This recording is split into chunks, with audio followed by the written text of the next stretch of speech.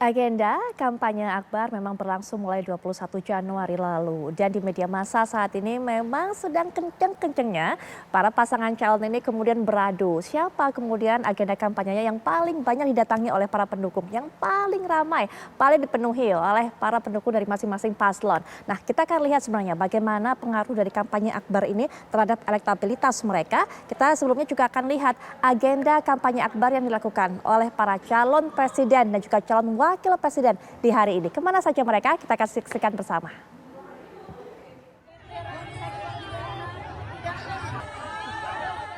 Calon Presiden nomor urut 1, Anies Rashid Baswedan, hari ini menggelar kampanye terbuka di kota Ternate, Maluku Utara. Ribuan simpatisan dan pendukung Capres nomor urut 1, Anies Rashid Baswedan, memadati kawasan landmark dan kawasan Taman Nukila, kota Ternate. Mereka antusias menyambut kedatangan Anies Baswedan. Didampingi sang istri dan anaknya, Mutiara Anissa Baswedan, beserta pengurus partai koalisi, Anies menyatakan bahwa kedatangannya di Ternate bukan kali pertamanya. Dalam pidatonya, Anies juga menyatakan kedatangannya ke Ternate bukan sekedar untuk kepentingan Capres. Murah atau mahal? Calon Wakil Presiden nomor urut 1, Muhaimin Iskandar menghadiri acara silaturahmi dan konsolidasi relawan Basra Amin di Kabupaten Badung, Bali. Kedatangan calon Wakil Presiden Muhaimin langsung disambut ribuan pendukungnya yang menunggunya sejak pagi. Dalam pidatonya, Muhaimin pun menyuarakan kritikannya terhadap pernyataan Presiden Joko Widodo baru-baru ini. Cawapres nomor urut 1 yang juga Ketua Umum PKB tersebut dijadwalkan akan menghadiri kampanye terbuka di lapangan Wisnu, Kabupaten Buleleng.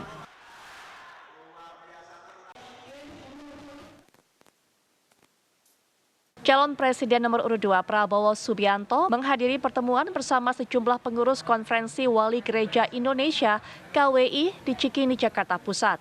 Prabowo tiba di lokasi pertemuan pada pukul 15 waktu Indonesia Barat bersama dengan rombongannya. Prabowo secara langsung menyapa seluruh pengurus yang telah menunggu. Sebelumnya, saudara dari Prabowo Subianto, Hashim Joyokusumo telah hadir lebih dulu di lokasi acara. Pertemuan Prabowo dan pengurus KWI akan berlangsung secara internal dan tertutup. Calon Wakil Presiden nomor urut 2, Gibran Rakabuming Raka menegaskan akan terus melanjutkan pembangunan di Papua. Di hadapan para tokoh adat Papua dan warga di Kampung Sere, Jayapura, Gibran menyampaikan bahwa ia dan calon Presiden Prabowo Subianto berkomitmen untuk tidak akan pernah meninggalkan Papua.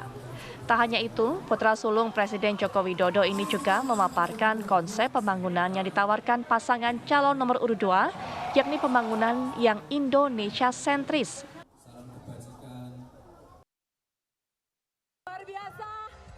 Rangkaian kampanye akbar calon presiden nomor urut 3 Ganjar Pranowo di Nusa Tenggara Timur kali ini bertajuk Hajatan Rakyat. Kedatangan Capres Ganjar yang juga akan menyerap aspirasi dari masyarakat ini disambut meriah warga. Kampanye yang dihadiri para pendukung Capres yang diusung PDI Perjuangan ini dilaksanakan di Stadion Golo Dukali Ruteng, Kabupaten Manggarai, Nusa Tenggara Timur. Ganjar Pranowo melihat bahwa potensi sumber daya manusia yang menggarap pertanian di Indonesia begitu besar. Usai kampanye akbar, Ganjar juga akan menemui tokoh agama dan masyarakat adat Ruteng. Salam saya untuk seluruh keluarga. Sementara itu, calon Wakil Presiden nomor urut 3, Mahfud MD mengkampanyekan program KTP Sakti untuk menyelesaikan layanan kesehatan, pendidikan, program keluarga sejahtera saat menghadiri rembuk warga di Pesawaran, Lampung. Dalam kampanye tersebut, Mahfud mendengarkan aspirasi dari berbagai kalangan masyarakat.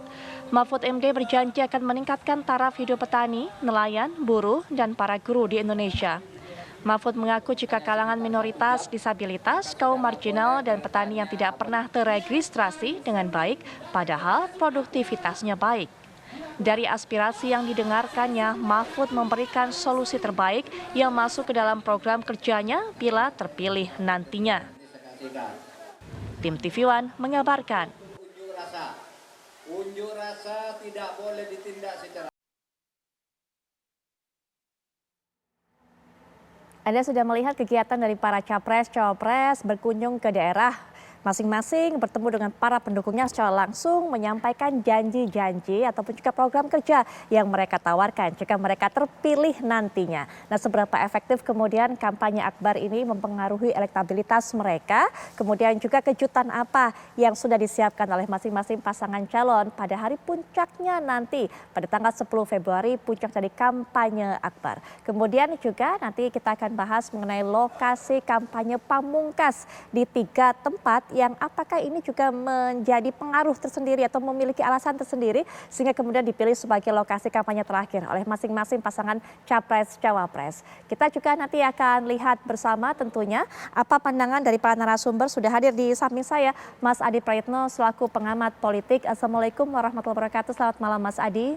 Waalaikumsalam warahmatullahi wabarakatuh. Selamat malam Putri. Baik, kita juga sudah mengundang perwakilan ataupun juga juru bicara dari masing-masing pasangan capres-cawapres yang sudah bergabung dengan diskusi ini melalui daring. Pasangan 01 sudah bergabung dengan kita Bang Mardhani Alisera. Assalamualaikum warahmatullahi wabarakatuh. Selamat malam Bang Mardhani. Waalaikumsalam warahmatullahi wabarakatuh. Baik, selain Bang Mardhani juga sudah hadir juru bicara dari pasangan 02 Bang Andre Rosiade. Assalamualaikum warahmatullahi wabarakatuh Bang Andre, selamat malam. Waalaikumsalam warahmatullahi wabarakatuh. Putri selamat malam, Ustadz Mardhani dan Bro Michael Sianipar, selamat malam semuanya. Baik, juga ada Bang Michael B. Sianipar yang merupakan juru bicara dari TPN Ganjar Mahfud. Selamat malam Bang Michael. Ya, selamat malam Mbak. Selamat malam juga Bang Andre dan juga Pak Mardhani. Baik, Bang Mardhani juga. Baik, Bang Michael. Bang Mardhani dulu deh, sepertinya mungkin bisa cerita kepada kita hingga saat ini bagaimana berjalannya kampanye akbar, bagaimana kemudian masa memenuhi setiap agenda, Bang Mardhani.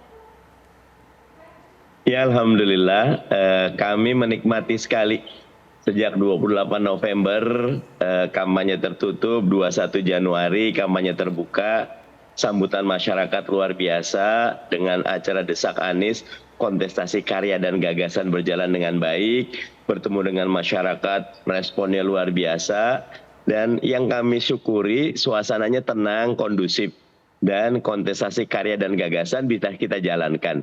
Dan memang karena sudah tinggal 2 pekan bahasanya, speednya ditingkatkan dan makin banyak sebarannya, termasuk menggerakkan masyarakat dan relawan di bawah untuk terus memobilisasi bagaimana masyarakat cinta Amin, memilih Amin pada 14 Februari 2024. Begitu.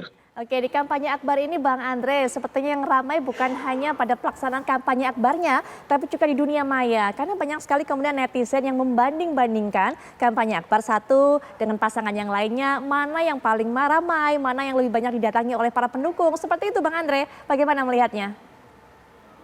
Ya, itu menarik ya. Saya bicara konteksnya sebagai ketua tim kampanye daerah Sumatera Barat ya, Putri ya. Saya merasakan betul ya, alhamdulillah survei LSI yang terbaru yang dirilis beberapa hari yang lalu, ternyata di Sumatera Barat Pak Prabowo masih unggul 49,8%, pasangan Amin di posisi kedua di 42,1% dan juga mohon maaf Bro Sianipar Mas Ganjar sekitar 4%-an. Ini menunjukkan bahwa ternyata Pak Prabowo dan Mas Gibran masih dicintai oleh masyarakat Sumatera Barat. Dan terlihat memang Putri dalam kampanye akbar ini kita melihat sendiri kemarin kalau kita jujur lihat potongan video dari drone itu kampanyenya Ustadz Mardhani ini hanya dihadiri 5.000 orang. Padahal sudah calon presidennya yang datang ke Sumatera Barat. Ada gubernur Sumatera Barat juga yang hadir.